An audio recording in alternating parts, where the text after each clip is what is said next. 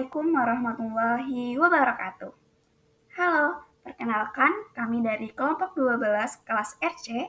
Di sini kami akan mempresentasikan hasil kerja kelompok kami dengan judul Analisis Visualisasi Perbandingan Kunjungan di Tempat Wisata Terkenal yang ada di Tokyo dan New York City berdasarkan pola pada hari dalam seminggu dan waktu kunjungan.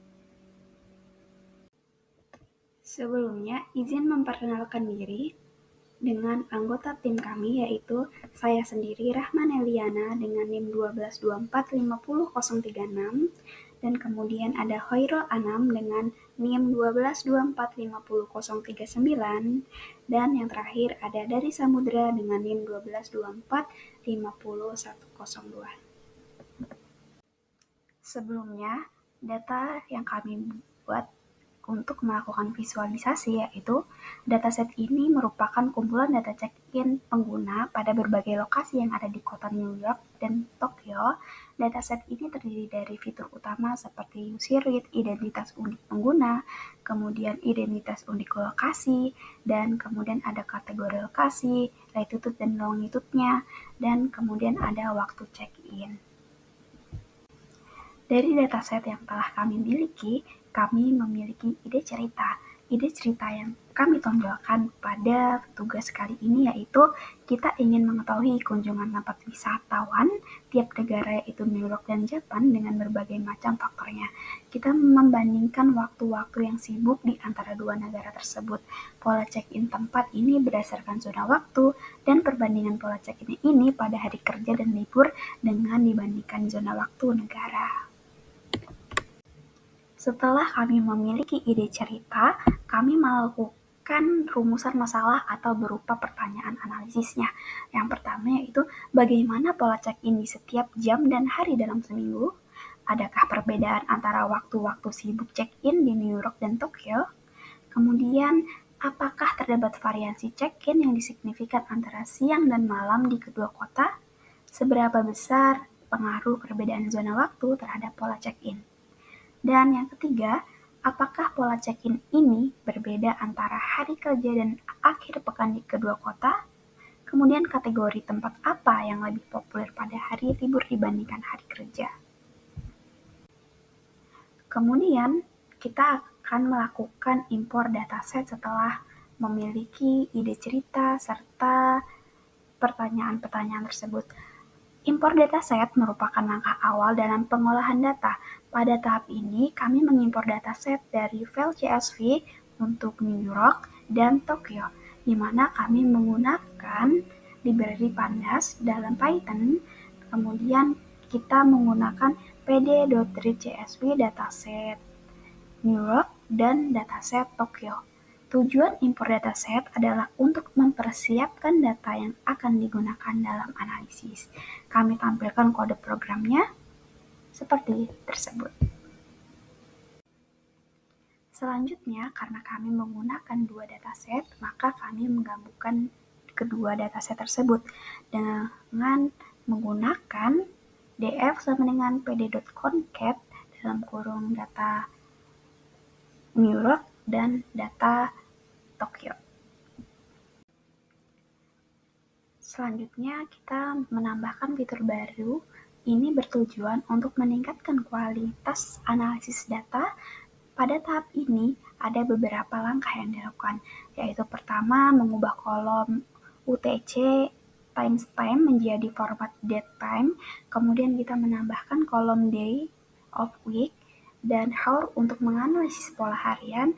Selanjutnya, kami membuat kolom time of day untuk membedakan siang dan malam dan menentukan apakah hari tersebut adalah akhir pekan dengan kolom is weekend.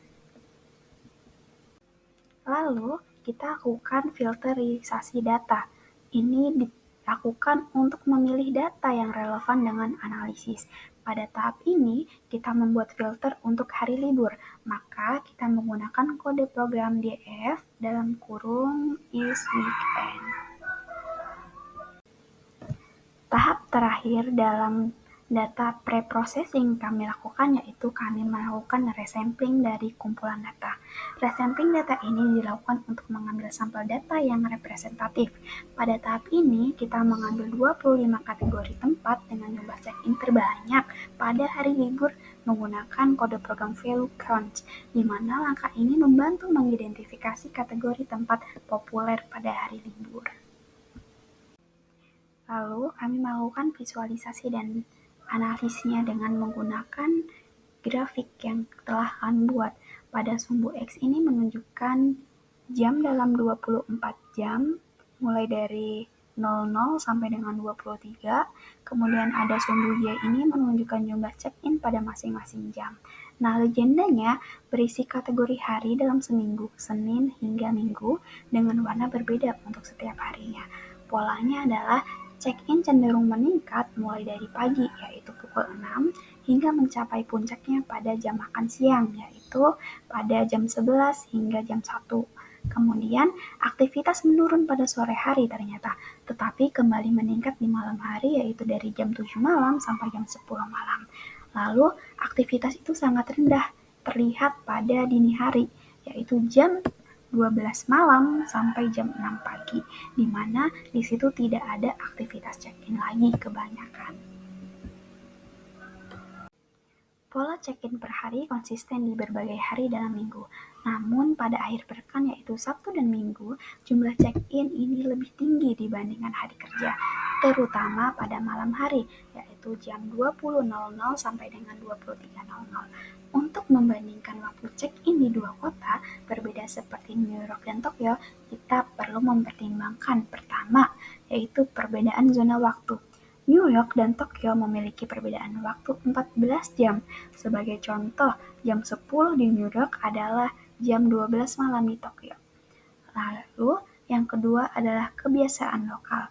Di New York, cenderung sibuk pada jam makan siang dan malam hari. Kemudian Tokyo merupakan negara dengan budaya makan malam lebih awal. Selanjutnya yaitu kita mempertimbangkan analisis pola waktu check-in. Berdasarkan grafik, jika dihubungkan dengan New York dan Tokyo, aktivitas sore hari di Tokyo mungkin bertepatan dengan jam makan malam di New York. Kemudian, New York jumlah check-in saat siang jauh lebih tinggi dibandingkan malam hari.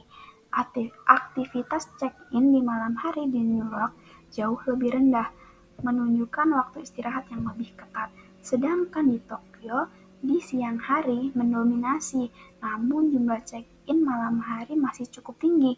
Ini mencerminkan gaya hidup masyarakat Tokyo yang lebih aktif hingga malam hari, misalnya makan malam atau aktivitas lainnya. Perbandingan siang dan malam, aktivitas check-in pada hari siang yaitu lebih dominan di kedua kota Tokyo, karena dia memiliki aktivitas check-in malam hari lebih tinggi dibandingkan dengan New York. Ini menunjukkan perbedaan budaya antara kedua kota besar tersebut. Lalu dilihat dari grafik yang kita miliki yaitu kategori tempat yang lebih populer pada hari libur. Nah, di sini kita memiliki sumbu vertikalnya yaitu menunjukkan kategori tempat seperti train, stasiun, bar, subway, food, shop, dan lain-lain. Kemudian kita memiliki sumbu horizontalnya yaitu menunjukkan jumlah check-in-nya.